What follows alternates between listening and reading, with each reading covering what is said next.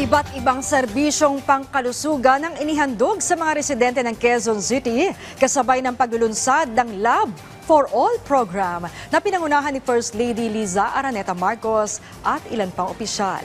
Yan ang ulat ni Joshua Garcia.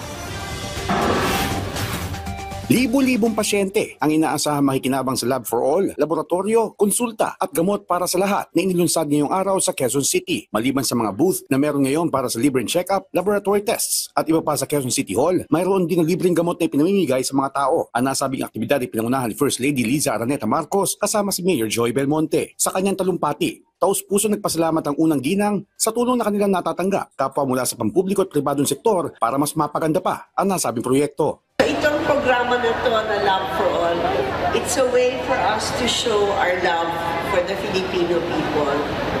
Small time lang to ang program na to, but with the help of everybody, little by little, gumaganda at nagiging mas epektibo. I want to thank all the public and private partners who are here to help us. Thank you for making us be of service to you.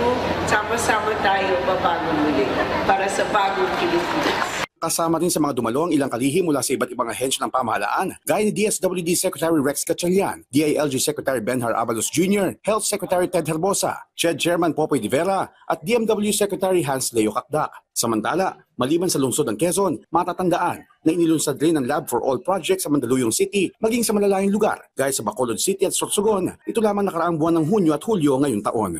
Joshua Garcia, para sa Pambansang TV, sa Bagong Pilipinas.